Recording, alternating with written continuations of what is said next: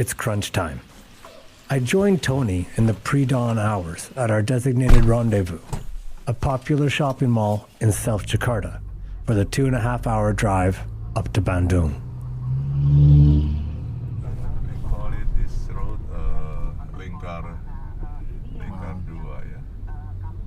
Second ring road, outer ring road. When we arrive, he treats me to his latest thinking of which animals are going to go where. This is the next project. You're going to move the leopards. The carnivore up here, up this way, and move this bear. Bear will be moving. But this is a good thing for the leopard, for the bear, because they can climb. You see, they climb up. Did it climb up this tree? Yeah. So they destroy the tree. But it's good. The sun bears. Why are you going to move the leopards? Is it because this tree is just, the tree's too magnificent? You want to show it off to the visitors? No, because I just want to take these fences out. I don't want to let these fences. So we should look at the leopard without the fences. Oh, you're going to move them and you're going to create an exhibit again with invisible barriers. But Tony's keen to get to the lion's new enclosure. For the previous 10 days, the staff at the zoo have been readying the 8-year-old Melin, the lioness, and her younger boyfriend, named Tera, for a move to their new digs. Remember the stuffy, cramped enclosure with the scummy pond? That's history. Now they've got a new place. The new enclosure with the big Lion King dais, no cages, open air, shady banyan tree. You concerned about something? No, I still think about this lion. Should be okay. Not too worried too. But have to be. Don't push too much. Slowly. If the lion just coming out like that too fast, that makes us worry.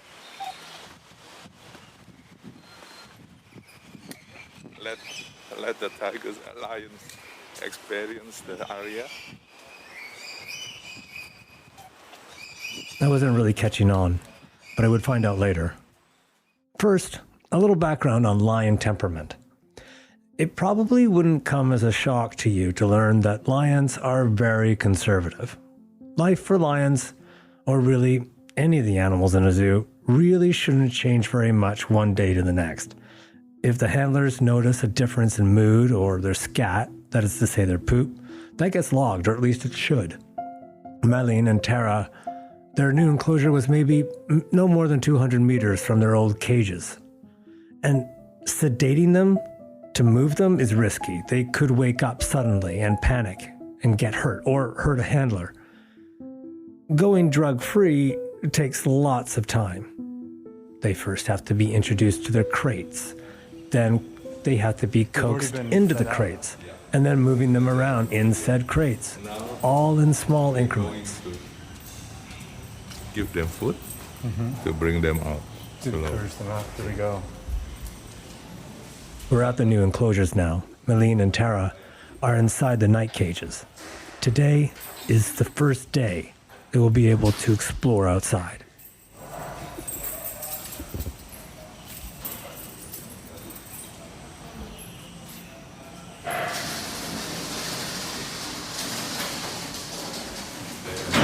Right in. She always lead. Yeah. See? She and the male always follows. Now we have to train her first. Yeah, he just follows her. He just follows her. Yeah.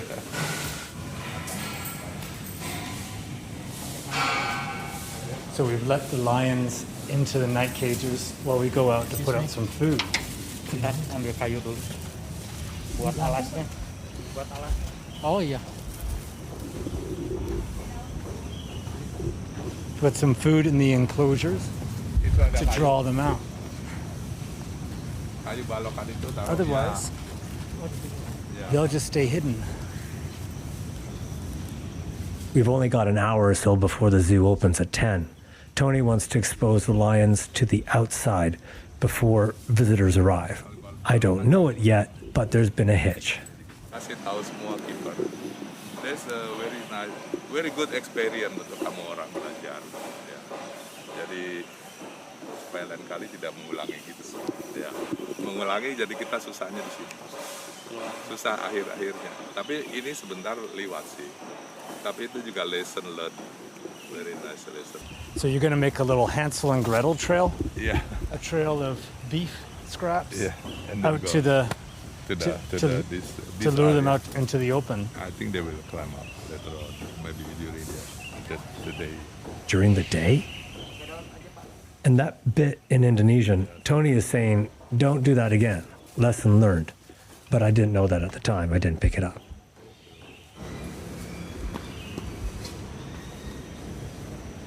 We're back inside the night cages where Melin is clearly anxious. And Tera, the male, is lying on his belly, sphinx-like.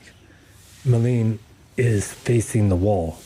She's bowed her head and swinging it left and right as if she's trying to draw the letter U on the wall with the top of her head.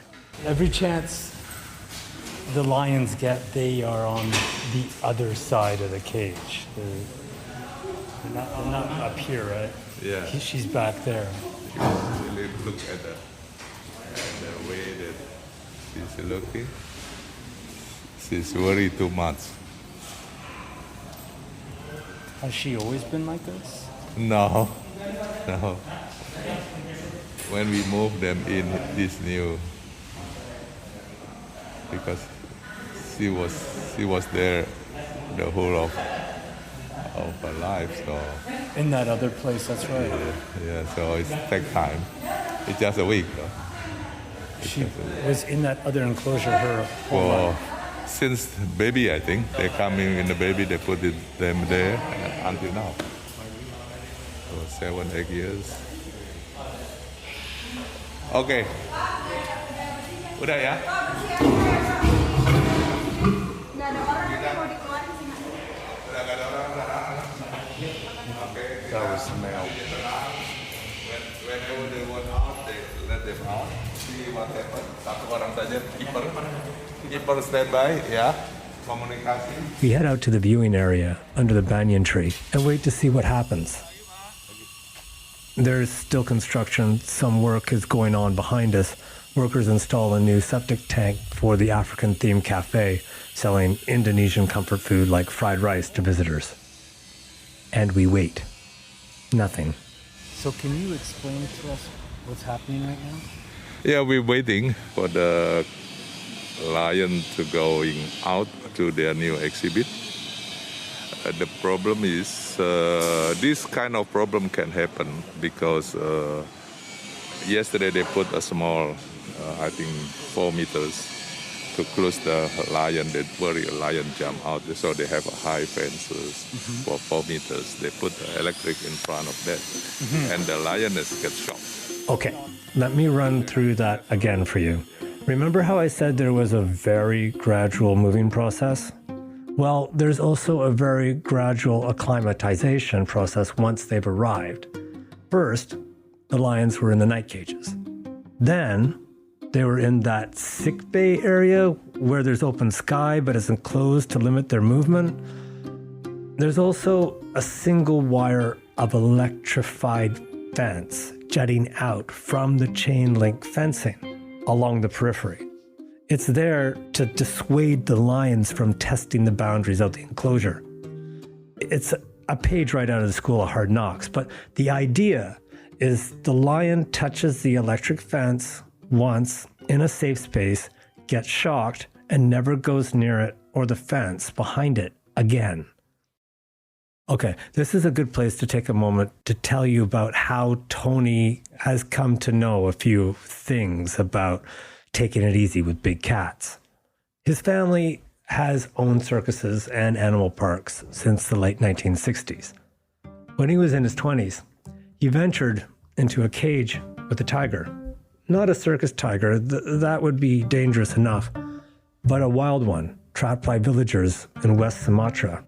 Once inside the 12-foot by 12-foot cage, the tiger lunged at Tony's throat, Tony fended off the attack, but the tiger mauled his hand. He was lucky. He would get the use of his hand back, but it would take multiple surgeries in Indonesia and Australia.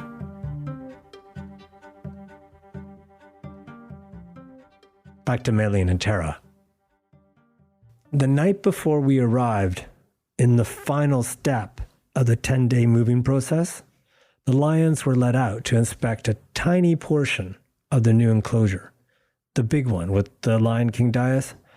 They were allowed out only a few meters outside of their night cages. They're blocked off with a fence.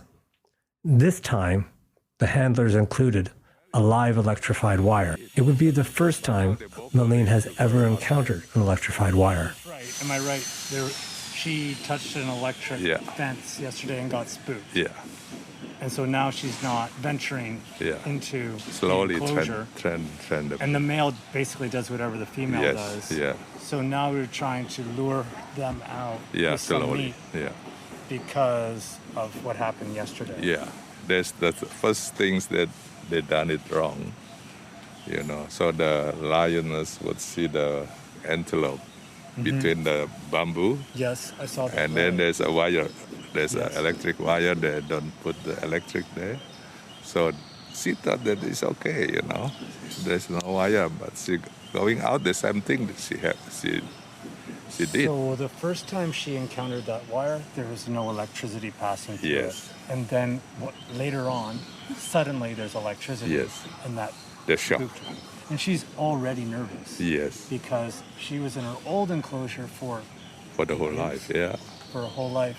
So this whole process is already pretty scary for her. And then she gets literally a shock. Yeah. So you're trying to calm her down It takes time. with some raw chicken and some beef. Yeah. It takes time. Tony has a video that staff took of the incident. He got the video. Oh, okay. So there's a big fence there, just to gradually. Just for them to look around And so where was the electric fencing? in front of this fence.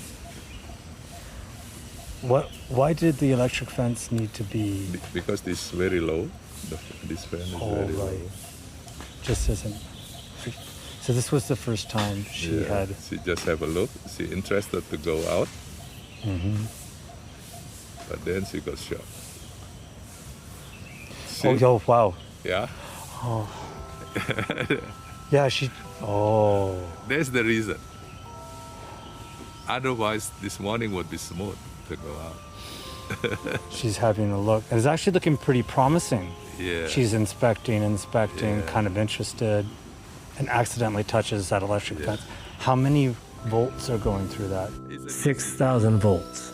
Melin's reflexes are instantaneous. She recoils, leaps terrified into the air, pivots on her hind quarters, and explodes back into the safety of the night cage. Tera, the ever-dutiful boyfriend who has witnessed the whole thing, quickly follows. There, the couple will stay for another 10 days.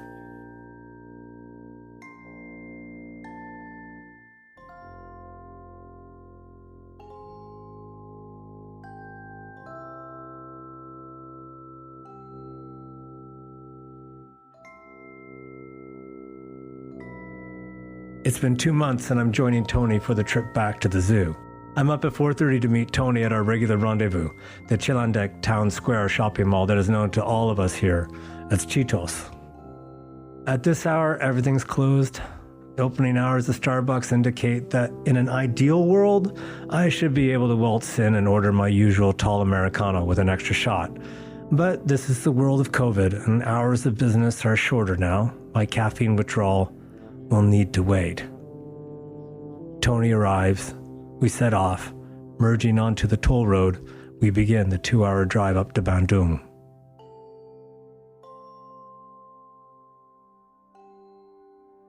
Over the Christmas holidays, Tony has sent me some photos. Tera, the boyfriend, is out on the Lion King dais, which is where we find him and Melin when we arrive.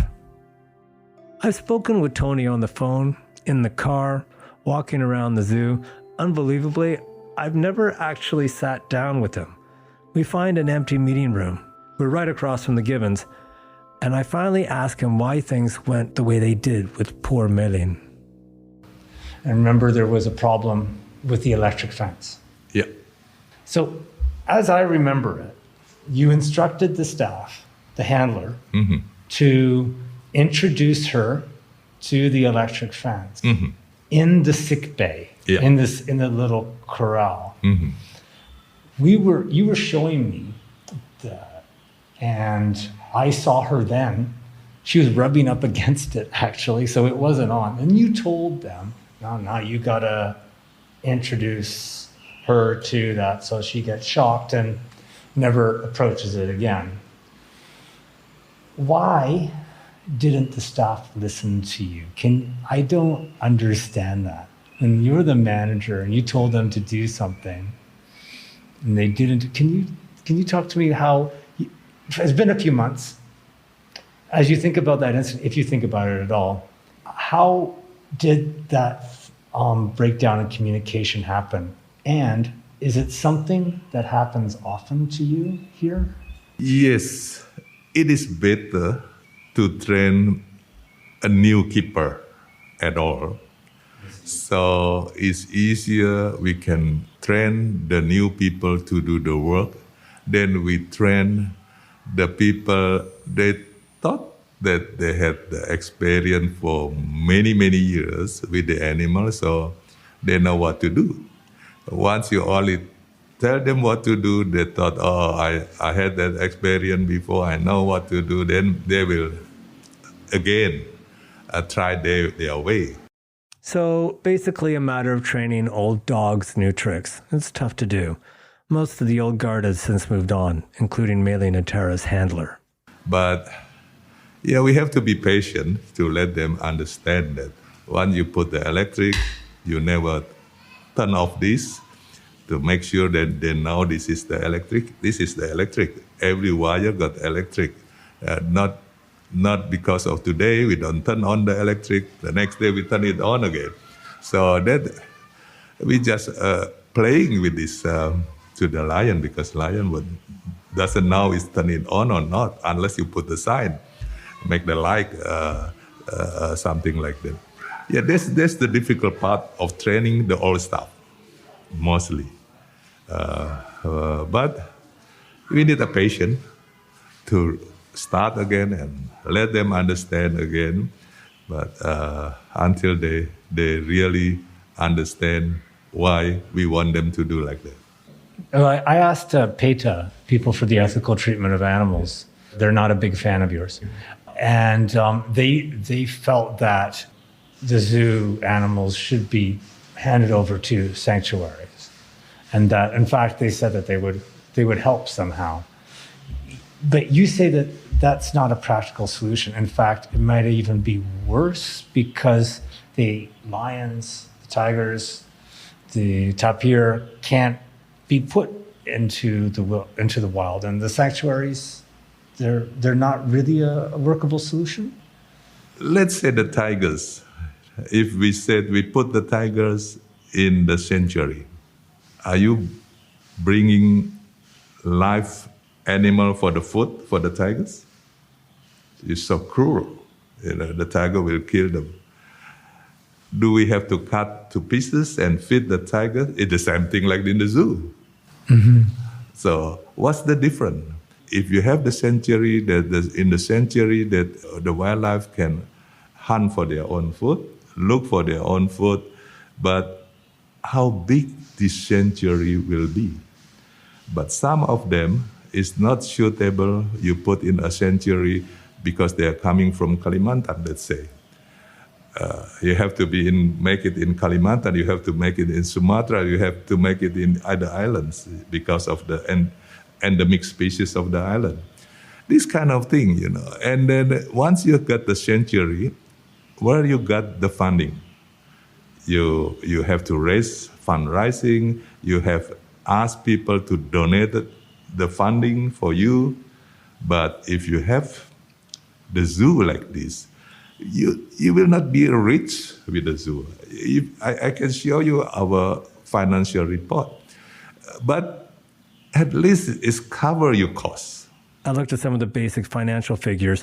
Yeah, income from tickets covers the cost, but then there are some months like January and February during the rainy season when visitors stay away. And even with the steady stream of food donations, the zoo goes into the red. Back to Tony. To take care of the animal, you pay the people that work, give people that a job to do some things, and it's educate public to understand more about the wildlife. So your argument is that a sanctuary winds up becoming like a zoo, but without the benefit of any ticket sales. Yes, you also have to feed them. The same. Even though in the sanctuary we ask our people that work in the sanctuary to look for the food that's suitable in the area. They look in the national park to look. Now they start the farming for this species of food inside the national park just to feed the rhino. So I would think it is better that public can coming in and see this, and they also support the conservation of the rhino in the national park. In the mid-90s, Tony helped set up a vast sanctuary in the southern tip of Sumatra for the critically endangered Sumatran rhinos. The population has dwindled since then. There may only be 30 left by some estimates. But at the Sumatran Rhinoceros Sanctuary in the Waikambas National Park in Lampung, there are 10. And while they may roam an area not quite twice the size of Manhattan, they are tricky creatures. On average, they consume 50 kilos of leaves and bark and fruit each day, and they are solitary. They must be prevented from wandering into their neighbor's patch. That means barricades, along with regular food deliveries. Here's Tony again. Many years ago, when I'm very young, we thought, we have to protect the species before they get extinct in the wild. Yeah, that was maybe 50 years ago. We worry about the futures, But now the extinction is going on now. It's going on. A lot of species is already extinct in the wild. Nobody aware of that, We cannot stop the extinction. What they call it, the sixth mass extinction is going on now. The sixth mass extinction. The theory that we are in the midst of a human-caused extinction event. It was a 2017 article in the very nerdy-sounding journal Proceedings of the National Academy of Sciences that helped cement the term in the minds of conservationists. At current rates of habitat loss, thousands of species were on the brink of extinction. Of the nearly 180 species of land mammals surveyed for this paper, half had lost 80% of their habitat. And as far as Tony sees it, there's no stopping it. That's because, at least in part, people in Indonesia and the rest of the developing world want sturdier, roomier homes. They want to ditch their scooters for cars, their fans for air conditioning, just like me, just like you. This usually means sacrificing habitat for food plantations, mines, roads, housing. We encroach on the habitats of big cats, the 4-ton Sumatran elephants pushed up into the highlands where their footing is less sure, and grumpy rhinos who just want to be left alone. Here's Tony again. Yeah, it's going on. We cannot stop that. We cannot stop because the population is growing. Everyone wants to have the houses, not only the palm plantation, but everyone to have the house, the family in the village.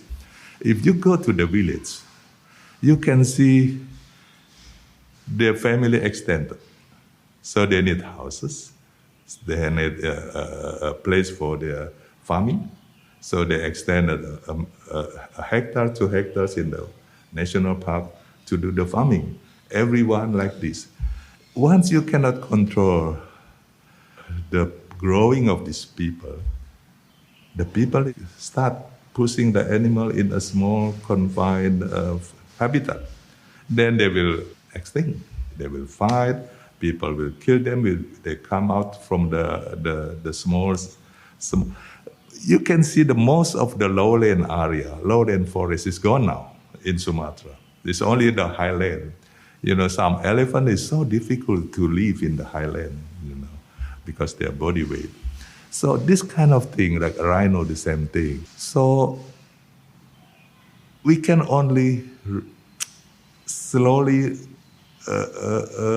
reduce the time to show to the visitor and public to know we have to care about the animal because they are created by the God as well. When we said in the church, we said in the school, because this is a lot of religions people, we talk to them. This is also created by the Lord, that we have to protect them. Something like that. If you don't have the animal as the ambassador, they don't worry. They don't care about what you're talking about. What they need is the house for them to stay. The family will have enough food to eat and things like that. Easily to get. They never think about how we have to save the animal.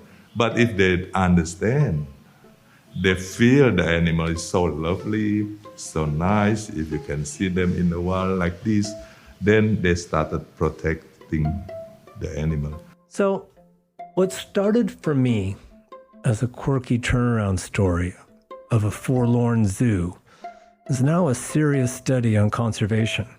And what surprises me is how much of the story boils down to the efforts of one man. The elevation of animal welfare as an issue, for example, the management of the country's zoos, and even the preservation of some entire species. I found that it's kind of coming down to Tony and his family.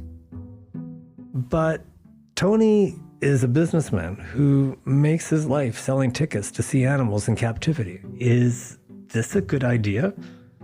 What do his critics say? And this is important because with so many extinctions occurring in big emerging markets, like in Indonesia, it's people like Tony Sumampau who help write the rules. Not everyone is pleased, of course, but it may well be that in Indonesia, where government funds are scarce and habitats are disappearing faster than attitudes toward conservation are warming, Tony may be the last best chance that some animals here have.